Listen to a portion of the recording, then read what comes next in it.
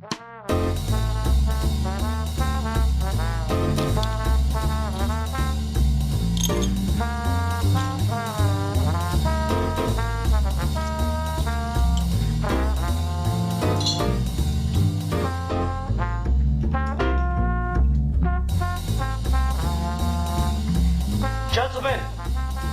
the time has come once again to discuss things.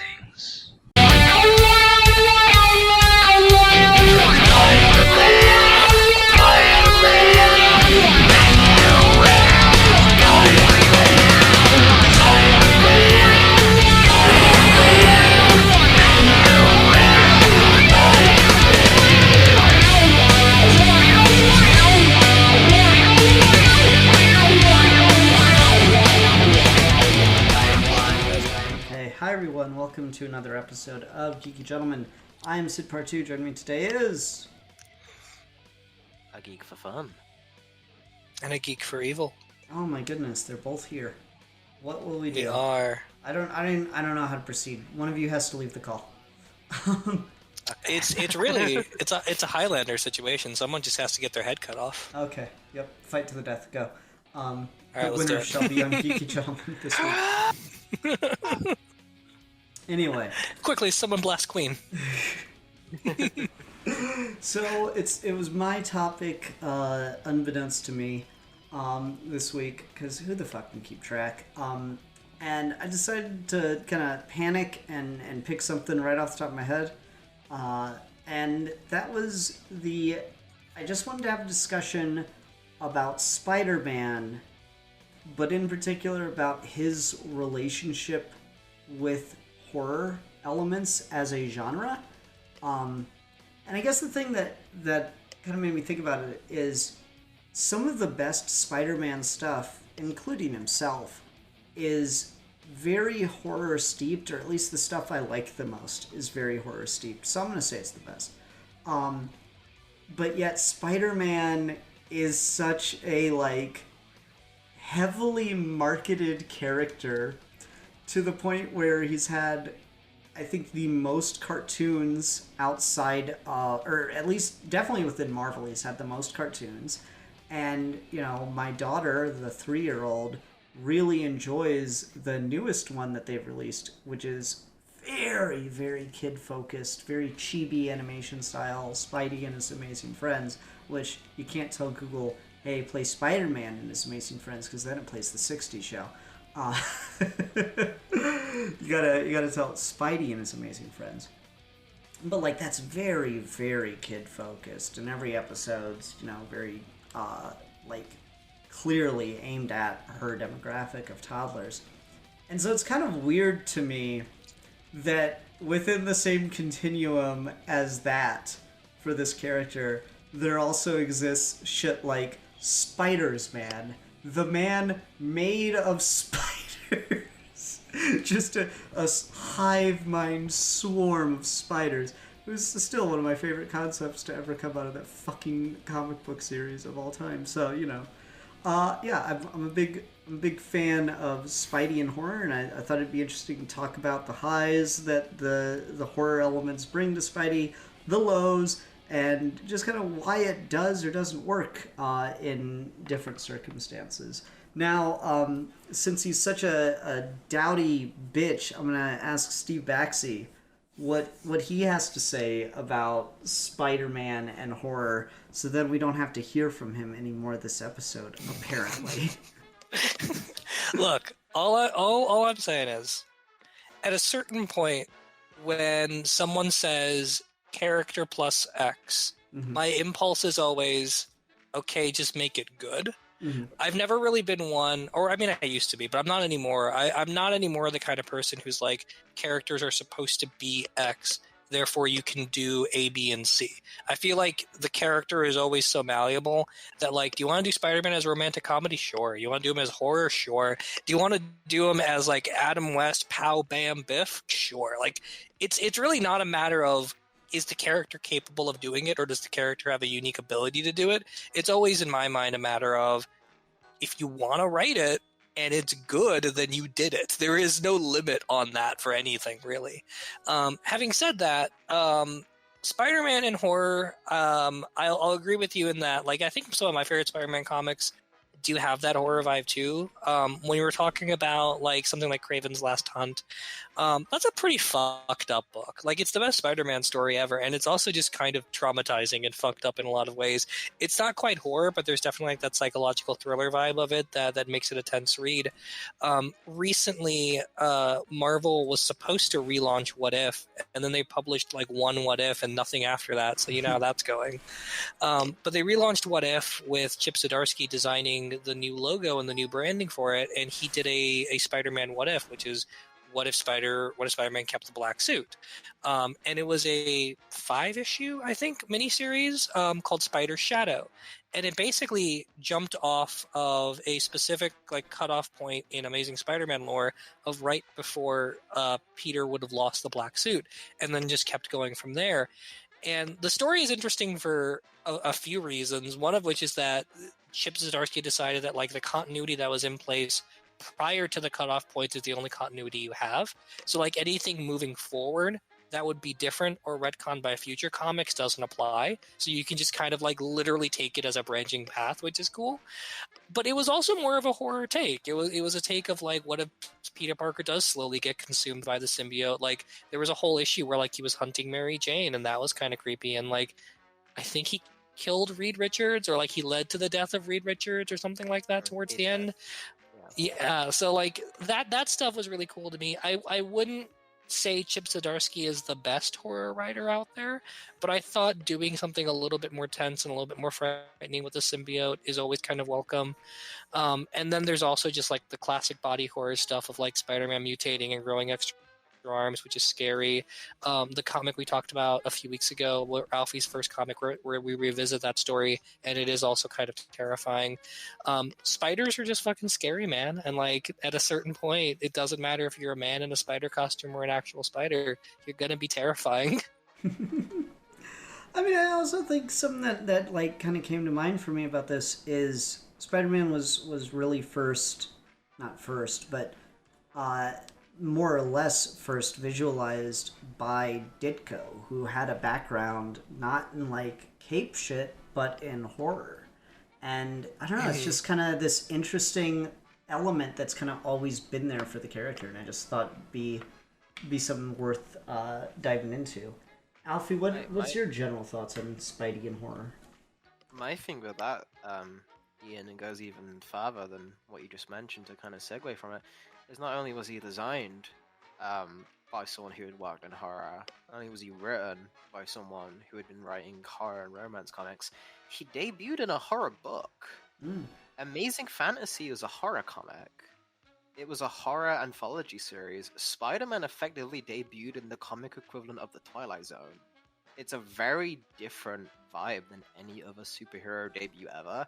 He didn't start out with his own book to go with, and compared to the other versions of the Marvel line, like Tales to Astonish or some of the other versions of Tales of Suspense. Right. Amazing Fantasy was specifically called Amazing Adult Fantasy.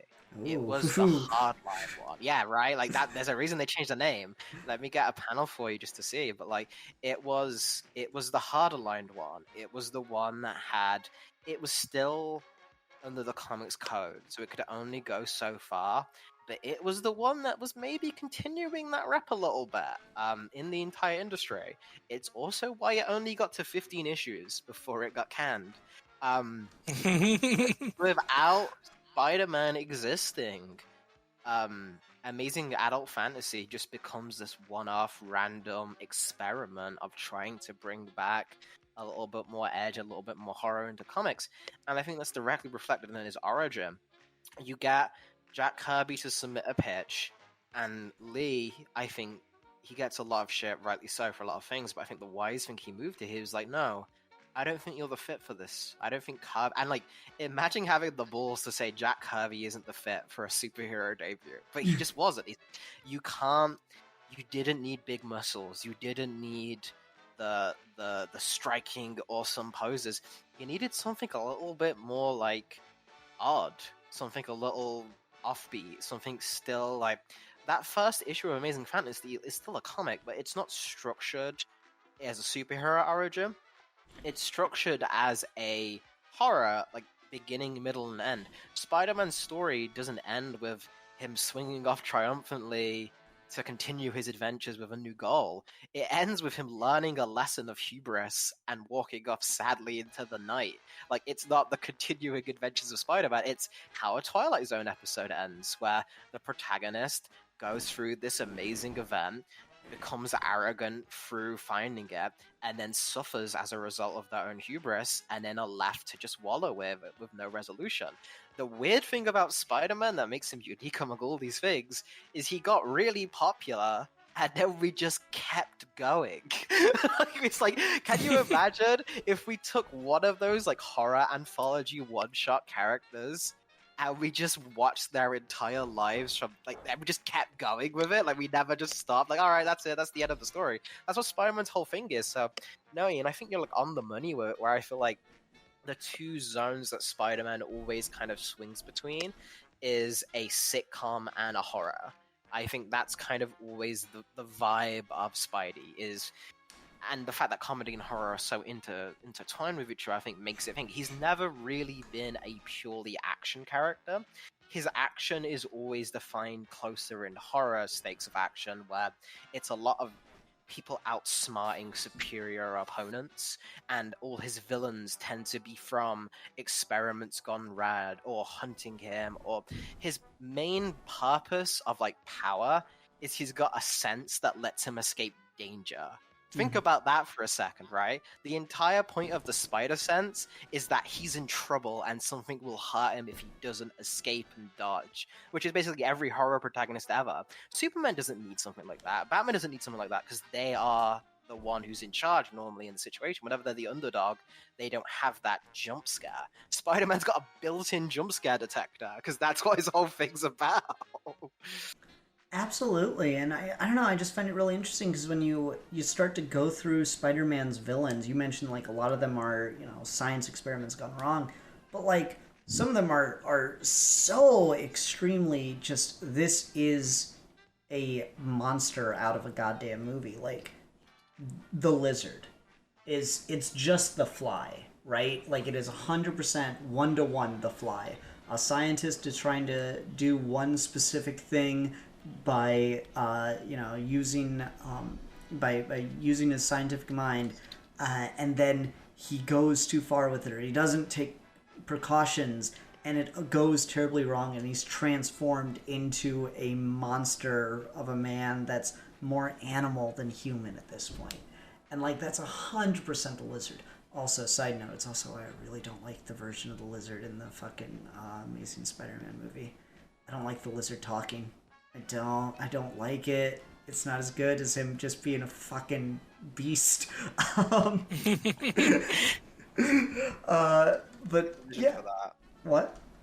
I can see the vision for that. My main issue is less the talking, because, again, I can take that with my horror villains. It's more that he isn't scary looking. Yeah, he looks kind of stupid. He needed fangs. He needed a fucking crocodile face. That would have fixed a lot of my issues with him. Yeah, for It doesn't help that, like, by that point, the movie does kind of go downhill, too. Like, the writing, like, takes a big... Because to justify it, the tone of it is... Because that before that, and even the introduction of the Lizard, it's horror tinge. I don't want to move away from the point but, like, I think that's, like, a good, like, example of it. Even that's probably the closest in live action we've gotten to that. I disagree. I'd say Dr. Octopus waking up in Spider-Man 2. Well, that's not versus Spider-Man, though. Okay. Yeah, like, Spider-Man himself is in that scene. Gotcha. Okay. That's fair. That's a really good point. And it is kind of, like, crazy to think about the fact that Sam Raimi was a director known for horror again, and he's the one that was brought in initially to do Spider-Man on film. And, you know, it's funny because I've heard people talk about those movies and go, oh, Raimi brought too much of his horror influence in on this part right here. And I'm like, nah, man. The problem with those movies is he didn't get to go hard enough in some scenes.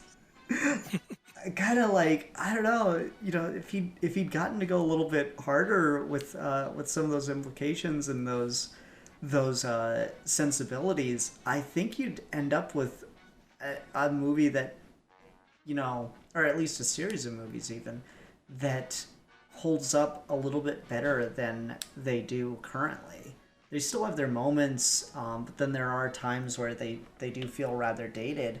And I think if you'd gotten to lean even further into those horror sensibilities and not have to be as constrained by this sense that people have that Peter and Spider-Man is more superhero and less horror, I don't know. I think you might get some better takes on film. Well, the funny thing about the Raimi point is, I don't know if I ever told you guys this, but I didn't watch Spider-Man, the Raimi movie, in the theaters as a kid because the movie scared me. Oh, that's funny. Like, literally as a kid, I used to be terrified of the Green Goblin in that movie. I didn't watch it until it came on TV years His later. suit looks like a Power Ranger. But like, no, it was Willem Dafoe, right? Like, it was all Willem Dafoe is terrifying in that movie, and the scene where like he kidnaps and terrifies Aunt May is really, really good.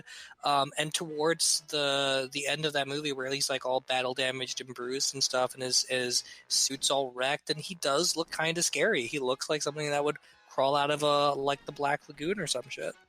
Yeah, Finish it!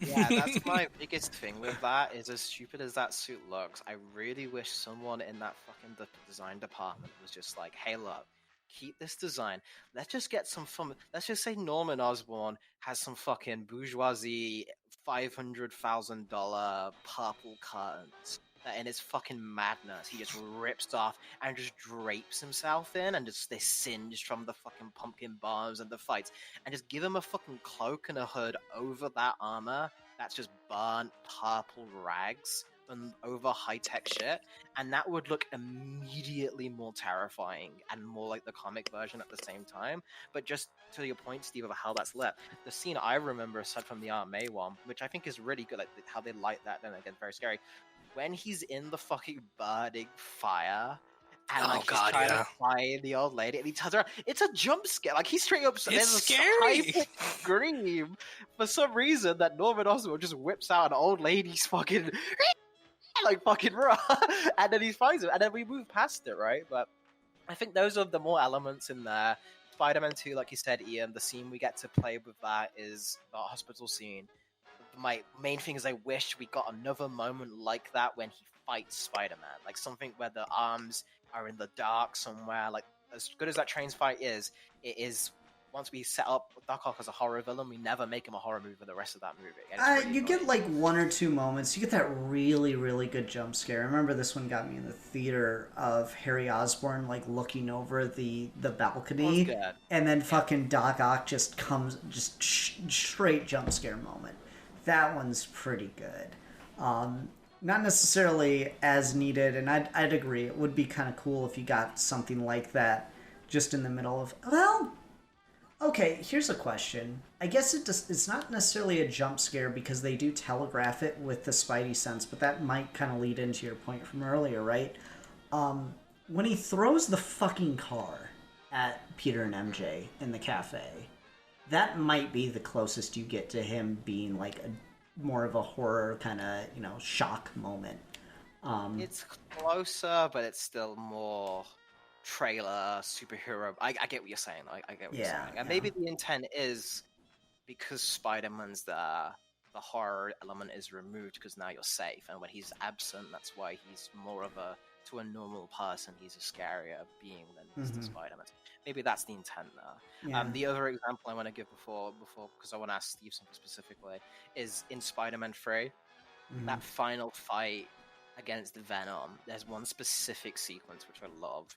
It's after Sandman gets blown up, and it's just Peter alone in the rafters, and you hear the voice of Venom, and he's like looking behind, and he's like looking, and he's looking, and he hears something moving, and then boom, Venom drops down from the rafters and grabs him by the head, and it's a jump scare, and he throws him. I wish that was the entire fight. I wish the entire fight was just scary ass fucking velociraptor noise Venom jumping out of the shadows at Spider-Man the entire time. He can't get a read on it. That would be so fucking cool. Then you remove the spider sense because it doesn't work on Venom. That's like the whole appeal of that version of the character is we finally made a monster that can jump up on Spider-Man. Like that was like a really interesting, cool invention for him as a villain. Like that gave him something unique. The thing I want to ask Steve, you talked about like how you don't want to interpret like, well, if a characters do this, just make it good. Something we do talk about a lot, and I know you can sink your teeth into a little bit more. What do you think it says about us as like a culture that the most popular, maybe the most popular fictional character of all time, judging from sales of just Spider-Man, is the most successful property in terms of toy sales and merchandise sales in the world, and he's certainly the most recognizable superhero in the world at this point. Superman might have been more iconic, but Spider-Man has definitely surpassed that at this point in history. What do you think it says about us that we got all of that from this fucking indie-tinged, non-traditional superhero, and no matter how much we market him, those elements always seem to sneak their way back in eventually?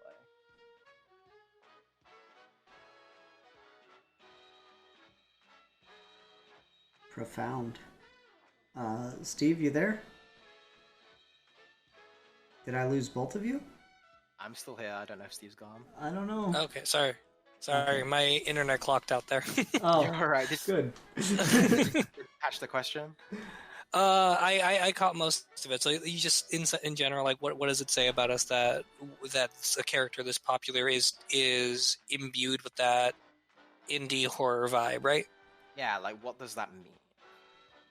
I mean, I think there's a part of it is something that is born from a specific context, is always in this weird paradoxical relationship where it always has to extend past that context and become something else entirely.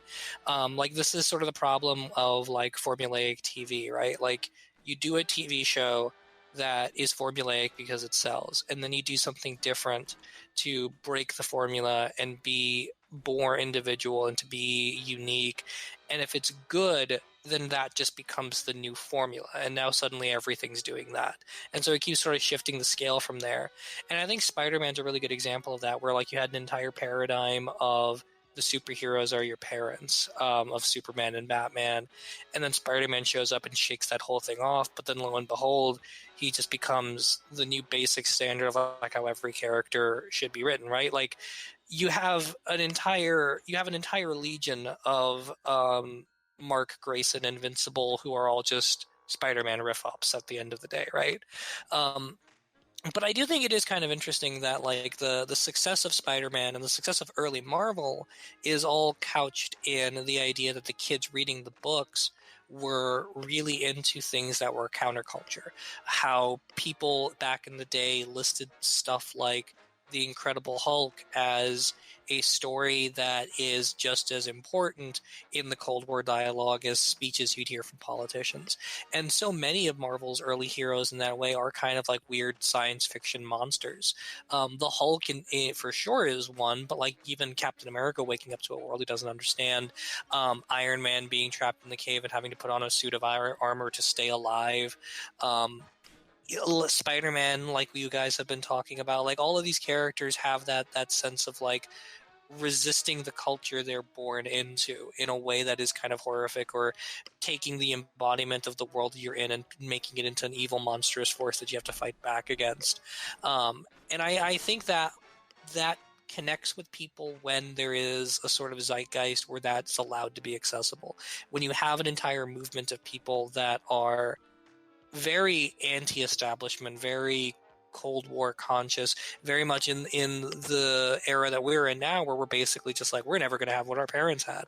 And then characters like Spider-Man really start to gain more steam, and characters like Superman and Batman get kind of boring. And I think Spider-Man was born in that perfect little instant, and so was Hulk and Iron Man and all the other like early Marvel characters, the Fantastic Four, etc.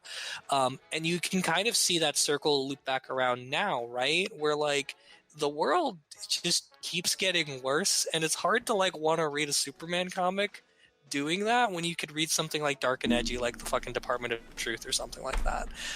So like that's the sort of danger you're in, right? Where you have revolutionary energy captured in a really specific indie way that then just kind of gets recycled and repurposed into the thing that's packaged and sold to you later. And Spider-Man is ultimately a victim of his own success, where he started in those more humble roots and then became the namesake of the company, so you could never do that with him again. Yeah, no, I think that makes sense as kind of the idea of like becoming the success is like almost a self-defeating thing where so many writers and so many things I see and even my own sentiments are like always pitching the return to the Ditka, to returning to that strangeness, that weirdness, and that's where we bring in stuff like that. And then there's always a rejection against it, and it's almost like that's the war with the character. In the same way that Superman almost has to always have a root of the Superman argument is like, is Superman relevant or not? Is Superman boring? The Batman argument is Batman doing more harm than good.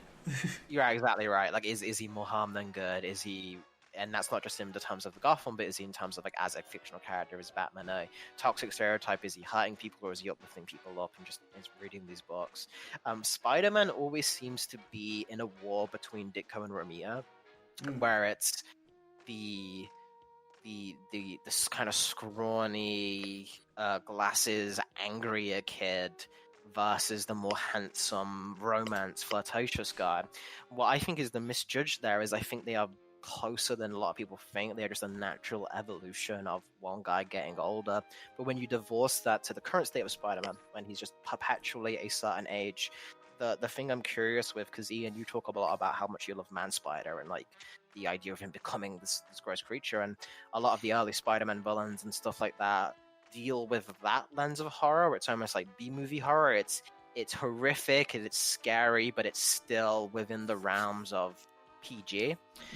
Why do you think it is that we never really go up with Spider-Man horror? The only character that ever approaches that is Carnage, and he's often viewed as more of a Venom villain a lot of the time. What stops Spider-Man? Why does that never seem to work quite as well than like it's horror, but it's still family safe horror?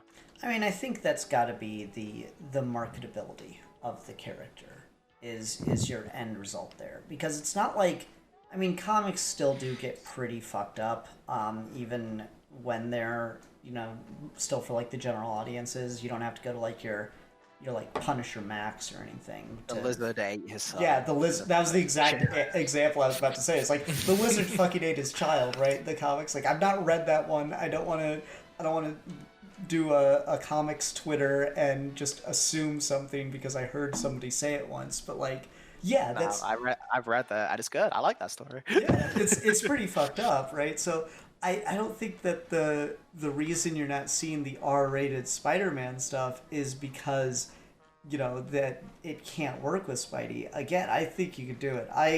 I'm telling you, I've got some fucking ideas for a Man Spider story. Like, I want to we do all this Spider-Verse shit. I want to bring one over that just, you know, he got, because they did this in the original 90s cartoon when like that last arc, they have all the different versions of Spider-Man, and one of them's like in the middle of the four arms bit, right? So he's still got like the four arms, and it's just kind of a, you know, for the show, in the context of the show, it's like a last hurrah moment of, oh, here's all the crazy arcs and all the crazy stuff we did kind of all at once. For me, I was just be like, okay, let's do a situation like that, but that's just going to be like, we're just going to catch the tail end of that adventure where all of them are here, and here's this one Spider-Man with the fucking, like, right in the middle of that mutagenic crisis, and then, you know, everyone else gets to go back except he gets stuck. You know, like, he tries to go through the portal, it closes too fast, what the fuck ever. And he's just stuck there, and, like, they can't figure out how to get him back, and because his atoms are different, they can't, like, experiment on him and save him the way that, like, mainline Peter's been saved. So he just fucking becomes Man Spider, and that's just his life. Like, he just becomes this fucking, like, raging beast that lives in the sewers of New York, and you can't kill him because it is still Peter. There is still, like, that hope that he could be saved one day, but, like, the real fucked up twist to do with it is every so often he does something good because he's still Peter in there and he's still fighting on the inside, but it's like he's too much of him is lost to ever truly be saved. So it's just like such a fucked up fucking premise, but it would go so hard. Just here's Man Spider's lair. Oh, he found a bunch of pictures of MJ from the magazine modeling she just did. Oh, that's awkward. Because, like, you could do it. You could go really, really dark with it. But to answer your question, I feel like the reason they don't is because he's such a marketable character and because horror is a very financially successful genre, particularly when you're talking about, like, horror films. Horror is a very financially successful genre, but it's not successful by and large because it's respected or it's seen as good art. It's successful because it's really cheap to make, so it only needs to make a little bit of money to be a massive success. That's what happened with Saw, with Paranormal Activity, tons of Nightmare on Elm Street, fucking all of the slasher films were like that, where they're just these absolute low-budget, basically schlocky garbage, but then they find an audience, they take off, and they're not like blockbuster amazing successes on the same tier as like an Avengers movie or whatever, but because their budget was like $10 and some sandwiches someone's mom made, they've made like 7,000% of their budget back. And so I don't think you'll get R-rated Spider-Man in comics, or if you do, it'll be fairly far and few between, because horror as a genre just doesn't have as much prestige or as much pull, as much recognition of its value. Wes Craven, I think, said something very interesting, is like he really likes making horror movies because he would never, it's a very important genre, but it's also a genre without much prestige. You're never going to win an Oscar for a horror movie. And I think that's not true anymore, because I think Jordan Peele won. I can't remember. I do not think so. Oh, I no, don't think Jordan Peele's even really been nominated for anything I Oscar-wise. thought he won something for Get Out. Maybe I'm crazy. I know Get Out was pretty hugely praised. Get Out is one of those frustrating movies where everyone who reviewed movies that year said it was one of the best movies of the year, but it also didn't garner like any kind of the awards recognition you'd expect. So like at the time, he got nominated for awards, but he never won anything. And then when Us came out, he didn't get that recognition for anything. And then Nope last year is for a lot of people the biggest snub of all the Oscars is that Nope didn't get any nominations. Okay. But yeah, so then, fuck it. Wes Craven's still right. In his grave, Wes Craven is correct. But yeah, like, that's the thing, is horror just is not well respected for some fucking reason. I don't know. Maybe that's a topic in and of itself, but I think that's what you're gonna come down to, is the reason you're not gonna get R-rated Spider-Man very often is because he's too marketable a character to taint with going too hard into the horror genre, which is a shame because goddamn do I think it would hit really, really well. Let me get a fucking Spider-Man Max book. I'd read it. And I'd probably be the only one. To your point, right? Like Amazing Fantasy was the last issue of the series because it was getting canceled. So like it's a very different situation when you can do anything you want because no one's reading your book, to then blow up and become Spider-Man and have very specific editorial mandates all the way through. Mm-hmm. Spider-Man was created specifically as no one's going to care about this, let's get this under the radar, which I think is very interesting compared to literally every other Marvel character who, following the success of the Fantastic Four, were like, oh, yeah, let's build this as a superhero universe. Spider-Man was the pitch that no one thought was going to get approved, and then it became the face of the brand. And that kind of became the running trend with a lot of these characters. Venom is probably the other character who seems to have taken up that horror mental in terms of what we do with him in the books. His book track record has never been particularly great, but in the occasionally good Venom comic, um, what we tend to delve into is we tend to delve into the same thing, that Venom was also a rejected pitch that kind of happened over time, where originally it was just a costume, and then no one liked the costume, so they were going to get rid of the costume. Then everyone liked the costume, and they had already got rid of the costume, so they didn't know what they wanted to keep the design around because people love the design, and they were originally going to be a woman. But then the editor at Marvel at the time didn't believe Spider-Man should get beaten up by a woman, so then Venom had to become a guy, and then we had all of this thing into eventually leading into Venom, and his first appearance is a horrifying concept, and it's one that's very deeply rooted and specifically in horror in terms of like female horror, of the hulking stranger in the apartment, which is something we never normally do with these things. And Venom's always been a very sexualized character, and a character that's dealing with abuse and toxic relationships and addiction, and that whole thing I think is really interesting. And that's a very specifically not just horror, but that's very slasher horror. That's very like sex and violence being intrinsically entwined, and the scorned lover and the demon you can't quite escape in Venom, I think, is a really interesting concept. The same thing's kind of been applied retroactively to the Green Goblin. Is Goblin, when he first starts out in the Ditko, and this is kind of the misconception that I want to talk about, is even Ditko, for as much as we're hyping this up as like a strange off-the-wall thing, you read that book, it's a comedy. 9 out of 10, it's a sitcom. Occasionally we'll have some fucked up surrealist imagery, but Amazing Fantasy is about the hardest Ditko ever goes, except for certain scenes of the Green Goblin. And then we take that and run with it. And after Norman dies and Norman becomes just a figure in the books as this ghost that's haunting Spider-Man, and when he eventually comes back, we go so far as like the comics have literally now stated that Norman Osborn's Green Goblin persona is literally a demon from Mephisto.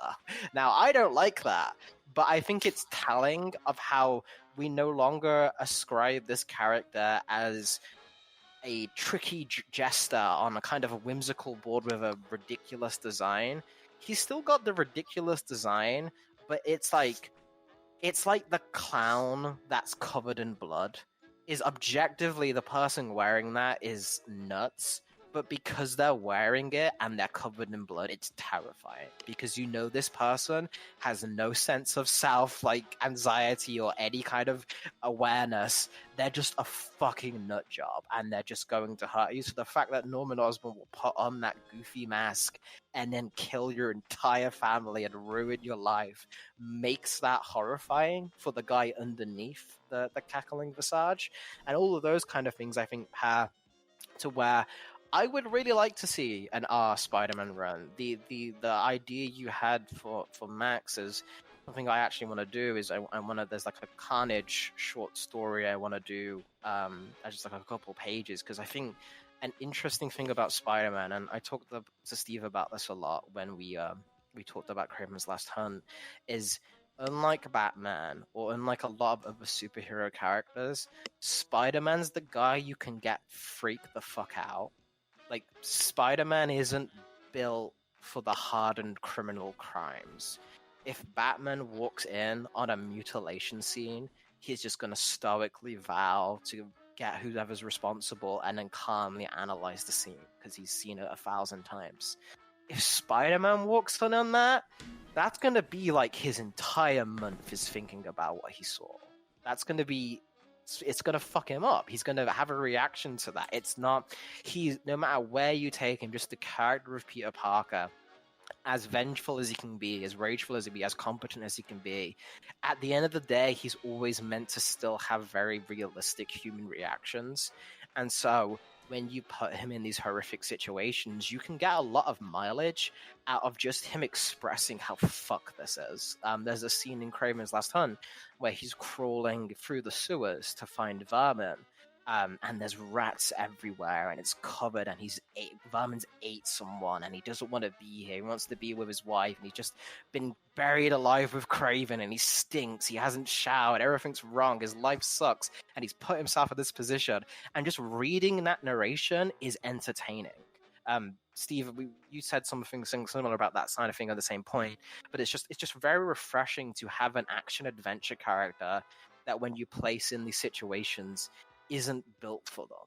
As much as he is a horror character, Peter Parker himself isn't the typical horror male protagonist. Well, I mean, I think that's where you get the body horror part of it, right? Is like you want someone in over their head experiencing something they have no control over, and it doesn't work if they're Batman level stoic, right? Like if Batman gets the symbiote, it's not particularly interesting to see him grapple with it outside of just like an existential philosophical level. But Spider-Man gets the symbiote, and suddenly it's a much more complicated story about wanting the power, being terrified of it, the voice in your head, stuff like that. Even the monster spider, the mutations and stuff, right? Like all of that is, again, straight out of stuff like The Fly. And it doesn't really work if he's into it, or if he is into it, it's supposed to be scary, and that's when you get stuff like Carnage. Yep. I still think the greatest thing ever said on the show was The Fly is the Spider-Man movie where everything goes wrong. I mean, you're right. It's such a good fucking way to think of it. Is just, if you do Spider-Man's story and you just don't give it the happy ending, then it's just a fucked up horror movie, man. Like, shit just goes wrong. And I mean, shit goes wrong for Spidey anyway. He certainly doesn't need any help in that department, but I don't know. There really is something to just the level of how much, like, fucking terrifying shit can happen in one character's life where you just have to assume, yeah, they're a horror genre. Because, like, initially when Steve kind of poo-pooed the topic, I was like, well, maybe we could expand it out and we can talk about it with Batman too, because I think outside of just characters that qualify as horror, your Swamp Things or whatever, Spider-Man and Batman probably have the most bleed over with horror elements in their comics. Maybe even arguably Batman more so, but Spider-Man I just find to be in a really interesting way. And okay, this is kind of tangential, but it did just hit my brain. With this discussion of Spider-Man and horror and me thinking about Batman there, something I've heard people say, and I think most people would agree with, is the two characters with the best rogues gallery in all of comics are Batman and Spider-Man. And I'm like, you can disagree with it or agree with it. I think almost everyone agrees Batman's got the best, but Spider-Man does have a really fucking good one that, maybe not any one is better than a lot of other characters from different rogues galleries, but like just as a collection, he's got a really fucking strong one. And all of them kind of take notes from horror in a lot of ways. Norman and the Lizard, scientists that have gone wrong. Venom and Carnage, fucking terrifying alien blob monsters.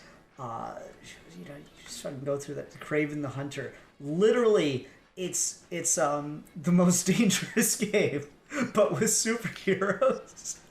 Well, it's funny that you say that, right? Because like you put it in historical context, and you're talking about movies that have come out in the 50s and the 60s, right? You're talking about stuff like Invasion of the Body Snatchers, The Dangerous Game, The Fly, the original one. Even like serial killer Cletus Cassidy stuff, even though that's much later, you've got roots in things like Night of the Hunter. So like Spider-Man, again, going back to my earlier point, he's in the zeitgeist of a counterculture, and all of his influence are at the same time counterculture products like old school monster movies. Mm-hmm. Although the Invasion of the Body Snatchers less so, because that's about communism, unfortunately. I mean, a lot of Spider-Man 60 stories are also about fighting communism. To me, that's fair. That's just a lot of things in the 60s. Yeah, fair. It's just funny that overlap. I don't know, but I mean, isn't that interesting though that the characters who have like a lot of people would consider to have the best rogues gallery have rogues galleries that are like very influenced by elements of just straight up horror. And I mean, I think that's fair for a lot of other ones too. Certainly, you can look at like Superman's got like Metallo and Parasite, who are very like horror inspired villains, and you can kind of go down the list on that. But a lot of the other types, like Green Lantern, doesn't really have a lot of horror specific villains, even though there's a whole fucking core about fear. But they're just like some of them get like little cute looks, but they're just more about like that's like political. They're Sinestro is retooled to be just straight up a fascist, to be molded in Hitler's image. Atrocitus, as like freaky as he looks, is just again, it's a very it's not really like a horror vibe to him. He's got just more of a like tragic villain backstory. It's very cosmic. I'm trying to think of like other villains from other like big big name characters, and certainly all of them probably have one or two characters that are very horror steeped. But Batman and Spider-Man, like every fucking one of them is. It helps too, and Alfie and I were talking about this with Craven's Last Hunt, but like it helps too that Batman and Spider-Man are the two biggest comic book characters where the idea that what they're doing is insane is a prominent feature of the actual stories you're reading, where Batman, particularly in a modern sense, became a lot darker and grittier character, but like Spider-Man on the onset this is fundamentally a bad idea. And that's not something you get with Captain America or the Flash or Superman or Iron Man or whatever. Batman's Rogues Gallery, as it's evolved, has all sort of become an avatar for his own psychological issues, which when you go to like its apex in things like Arkham Asylum, you can do in a horror infused way. Or if you go on the other end of the spectrum and make them that sort of more goofy, campy version like Brave and the Bold, you're still kind of getting some kind of fundamental truth about Batman when he fights his specific villains. And Spider-Man works the same way, in part because the villains are questioning the validity of doing this in the first place in a way that other heroes' rogues galleries don't do organically or have to be made to do in a way that shifts the premise away from what it was initially.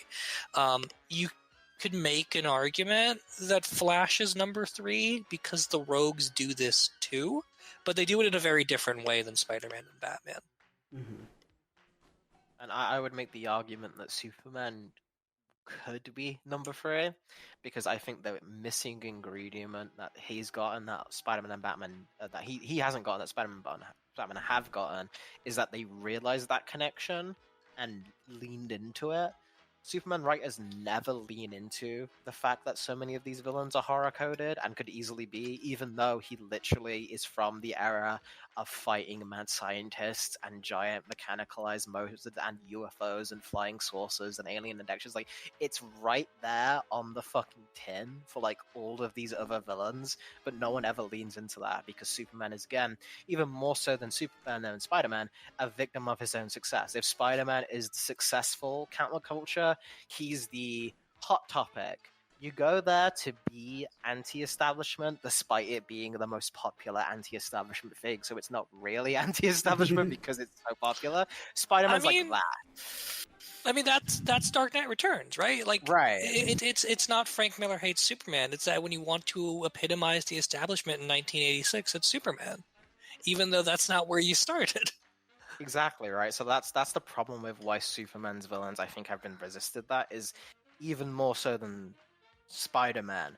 Oh, you can't go there with Superman. He's too prestigious for that. Like it's too highbrow for that. Where Spider-Man can at least get away with this shit, even as down to the bad stuff. Like even his worst stories, like he gets clones, which is body horror, and he makes a deal with the devil. Like, it's literally horror premises. Like, these are so simple onto the faces. Morlin, the recent example, his first story worked really well before we ruined it, because he was just, what if Spider-Man had a vampire villain that wasn't fucking Morbius, and was actually scary and just hunted him? Like, and he couldn't so good. beat him. that first storyline with Morlun is so fucking cool because it takes the premise of Venom, it takes the premise of Carnage, you're just being hunted by like a Jason Voorhees slasher type character who's just slow but will appear behind you, and making Spider-Man deal with that and like, shit, I can't beat this guy, and it's just the whole issue is him just getting his shit rocked by this literal vampire who wants to eat him. And then we just took that and we decided not to make it scary anymore. We decided to make it the multiverse bananas bullshit. And that's something, I guess, to close on, is we still keep these elements in, but after the MCU and after kind of the new integration of Spider-Man going even more heavy science fiction, but less science fiction as something to be feared, and more science fiction as just the way the world works, with everything's tech-based, everything's using your phone. Science fiction is just an integrated part of reality, and not leaning into any of the horror aspects of that. Never touching anything that's even close, like resembling something like Black Mirror, where Peter Parker's using more gadgets than he ever has before. Peter Parker's using his suit is now high tech. Everything's related. Everything's to nanobots that just covers your whole body in an instant, and you never need to put on any fabric or mask. Exactly right. Like, all of that element is making the character. So his logo is even a more like high tech, streamlined version of a spider. It's no longer creepy or off-putting or even just kind of silly in a cartoon way, but still looking like a spider. It's this like almost like an iPad logo of a spider, and none of these things I think are intrinsically bad ideas, but I just am curious, as more so than ever it feels like a concentrated effort to remove Spider-Man from that element as hard as possible. And not just in Peter's stories, in Miles' stories. Like, Miles Morales has never had a single horror story whatsoever. The closest thing you get is in Spider-Verse with the Prowler scenes, and then that's it. Which is just, I would argue that's just more suspense, right? Exactly, it's not really right. like horror. Like, there's that, it's a finer line, but those don't really have a horror edge. They're just very intense, suspenseful scenes. Right. So, like, even being charitable, you can't really make that argument. So I wonder what the future holds for the character, and I think it will always creep back in, but is that an era that's past now? And as we move into something, because I've watched a lot of these movies with Steve, and we talk about the highbrow horror movement, the like auteur horror films, where we're moving away from these basic things. We're still playing with horror, we're making it a little bit more Oscar bait worthy. We're trying to get those awards. We're trying to appeal to that higher demographic. Does that mean the aspects of that Spider-Man used to go for are kind of being faded out of the public consciousness? I mean, maybe. Well, it's tricky to, and I mean, again, this goes back to the whole point of, like, it's tricky to be like, let's get Spider-Man in a context that uses his popularity while at the same time alienating the easy audience that he has found that doesn't want anything bad to happen to him, right? That's fundamentally the problem with a lot of bigger comic book characters as they get bigger, is that they start becoming these weird sort of emotional darlings for the audience, where nothing bad can really happen without them being criticized for it. The Spider-Man Beyond, or Beyond Spider-Man, or Amazing Spider-Man Beyond, whatever the fuck that was called, right. Before Zeb Wells became like the main writer on Amazing, that era kind of retroactively feels like it's a thesis statement on, we have decided that Spider-Man cannot fundamentally move forward. That the Beyond era was, going back and reading those stories, just point by point saying, we are reestablishing the things about Spider-Man that we feel like people want by rehiring the same people who have written Spider-Man and drawn Spider-Man for 60 years to do it. And we fundamentally do not want him to go beyond this point, because if you do, you risk the easy audience you already have. And so the breakaway from that is artists who do things like Pearl and X and all of the other, like, quote-unquote elevated horror movies are interrogating those ideas now. That's kind of where the culture is. Like, you go back to Jordan Peele, right? Nope is a Steven Spielberg style movie about the concept of a blockbuster movie, about how you can give yourself entirely to a thing that's bigger than you, whether that's all consuming, what the idea of the voyeuristic audience is, and how it damages people in wanting to pursue that in the first place. How do you make a Spider-Man movie that fits the current zeitgeist of criticizing that IP farm intellectual property venue that we have without just turning into Michael Keaton going from Birdman to being in The Flash, right? Like, how do you do it without just being blatantly hypocritical? I forgot about that. That's really funny. Apparently he did too.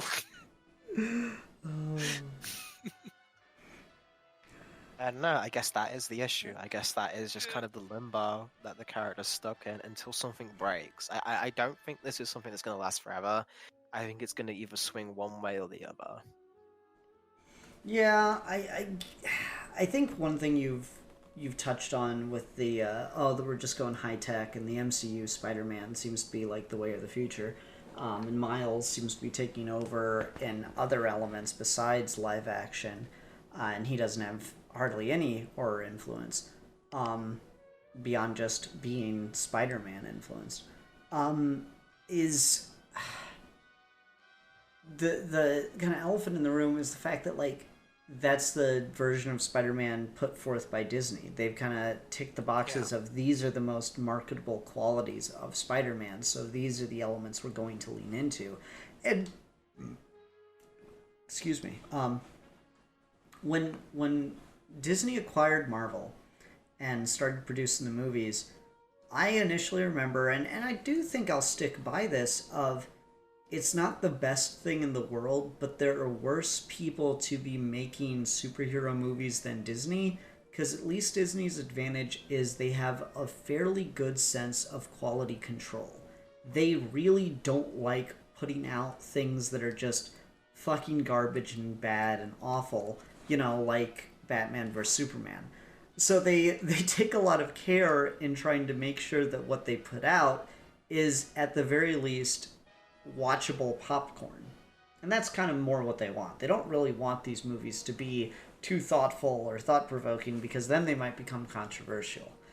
They want it to be marketable popcorn, and so that's what they want Spider-Man to be, is they don't want to take any elements of stuff that would be too subversive. I've been saying for years, I hope that one of these fucking Spider-Man movies will do the Man-Spider arc. I want it. I need it on film. But never. I know in my heart of hearts, it's never going to happen. They're never going to have fucking Tom Holland turn into a monster on screen, because then what would the action figures be? No way. Hands down. So yeah, that's another aspect here of Spider-Man's too marketable for his own good, because you can kind of imagine in the world where the copyright expired and Marvel never got around to renewing it, similar to like what almost happened with Captain Marvel from what's the fucking name of them? Charleston Comics? Shazam? No. Oh, Charlton. Yeah, Charleston Comics or Charlton? Charlton. Charlton, yeah. Okay, yeah. Similar to what happened with Shazam and Charlton with Superman and stuff. Well, yeah. Yeah, well, I so realized I got that backwards Shazam in was, my head. yeah, Shazam is Fawcett, and then the Charlton characters are the Question and Blue Beetle and all that. Okay. What is going on? Who's just blowing in their microphone?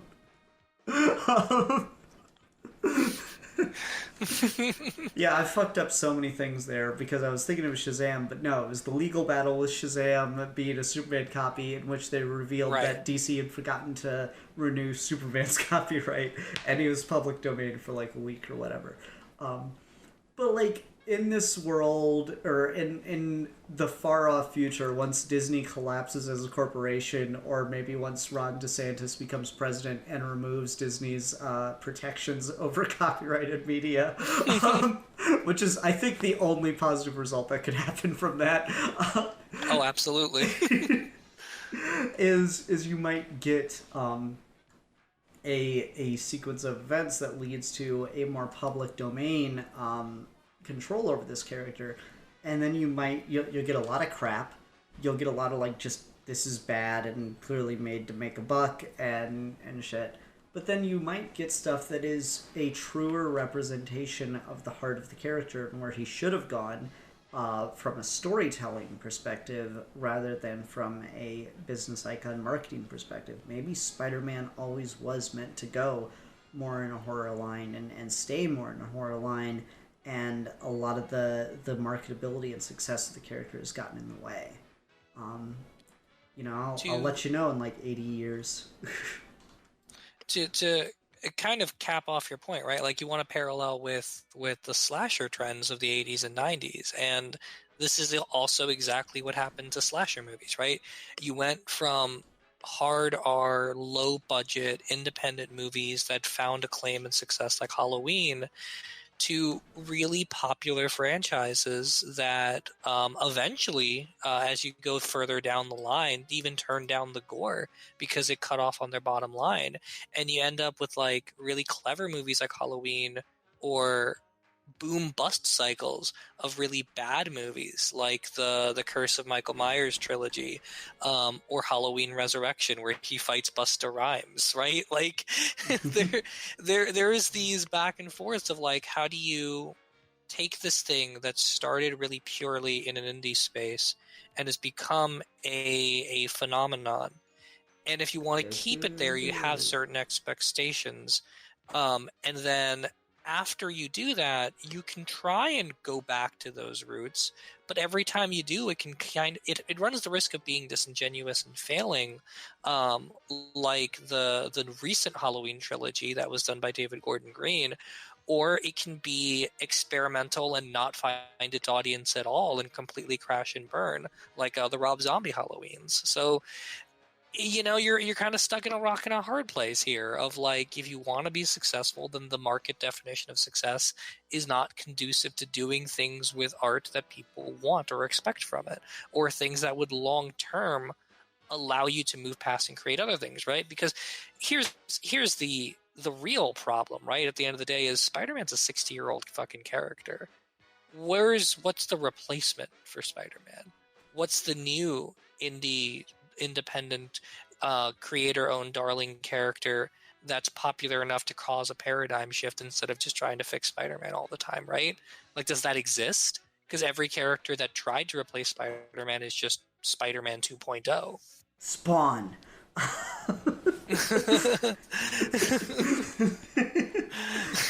Yes, there's nothing to say. Checkmate. Point Ian.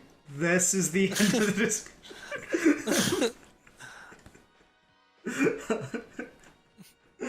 Oh, I'm sorry. Alfie, you said something there, I didn't quite catch it? Oh, I was just saying, like, when that fucking Spore movie finally comes out 80 years later. When Spider-Man is public domain? Yeah, pretty much, right? But we've already resolved this problem, and like, oh, here's the Spore movie to replace Spider-Man. It's like, dude, we fixed Spider-Man already. Who the fuck's Spider-Man? I don't appreciate you gendering those spiders. Non-binary spiders. Yeah. Spider non-binary. Spider they. Spider them. Spider them. I'm Spider them. We're gonna get canceled. It's gonna be great. Okay.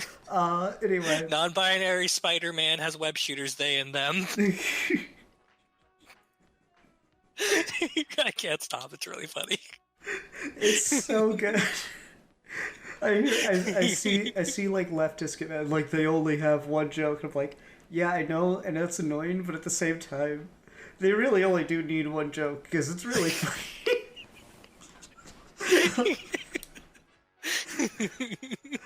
Anyway, all right. I think we reached the natural conclusion of this topic that really didn't have any legs, but it actually had 8 legs, unlike Steve Baxi.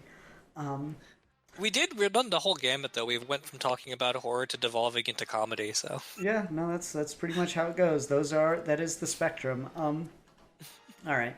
So I think I'll call it there. I don't really have any closing thoughts. Again, this was just yeah. I didn't really mention it. What really kicked this off for me was the fact that I've got a man spider Lego minifig now, and I'm like, fucking Spider-Man and horror, because I also worked on making a Spider's Man Lego minifig now. So fuck it. That's where we are. That's my life now. Anyway, we need a topic for next time. Alfie did the Marvels book. Steve, you did Superman before that. I just did this one. So it's Steve. It's you again. It can be a review. It can be discussion. It can be whatever you want it to be. All right. I'm assuming there is no shot, Ian, of you going to see Oppenheimer or Barbie within the next week. Yeah. I could probably take Haley to go see Barbie. I said I'd go see Barbie with her if we could do the full Barbenheimer and do the double feature, and she said, "Nah, that's too much time in a movie theater." But if you're picking it for the show, I could probably do Barbie. I was more so hoping to talk about like Barbenheimer as a phenomenon, having seen both movies, or just talk about Oppenheimer because it's such a good fucking movie. But no, let's do not that Barbie's not. Barbie is also very good. I mean, I kind of want to root for Haley here. You should probably take Haley to see Barbie. You should take her to see Barbie anyway, right? Like at the end of the day, everyone should watch Barbie. If he's gonna need an excuse, you might as well give it. I could talk about Barbie for a little bit. Like, I'm good to talk about it. Again, it's just like I was like, if we're gonna go see it, I really want to participate in this fucking moment of the zeitgeist and go see Barbenheimer. Was more my thing. You should regardless, but I mean, yeah. I mean, if I should, feeling it, then yeah, but also that's like days at the movie theater when I have a child, so you know. Look, it's 5 hours. You'll be fine. 5 solid hours. No, so Maybe I'll if just everyone's take feeling Leah. it, Let's see how that goes. Steve, Oh, I I'm sure didn't she'll really be care fine. for Oppenheimer. Why not, Ian? Well, Leah kept telling me, I don't want to be... I don't want to watch I left this. the theater after Oppenheimer, and my daughter was like thinking about the power of the atom. All right. If everyone's feeling it, let's talk about Barbie. Let's talk about Greta Gerwig's 2023 Barbie movie. Alrighty. Oh man, I was really hoping we were going to talk about the dolls, because I was going to talk about Leah's dollhouse. Son of a bitch. Alright. We might still talk about the It's dolls. pretty relevant, honestly. Okay. There are elements there. We shall see. Alright, everyone, thank you so much for watching. Until next time, I'm the Philosopher. I am the pauser of the oppressed. And I'm a Ken, so there's no reason for me to get your hopes up. And we are your geeky gentlemen, and we will be discussing things.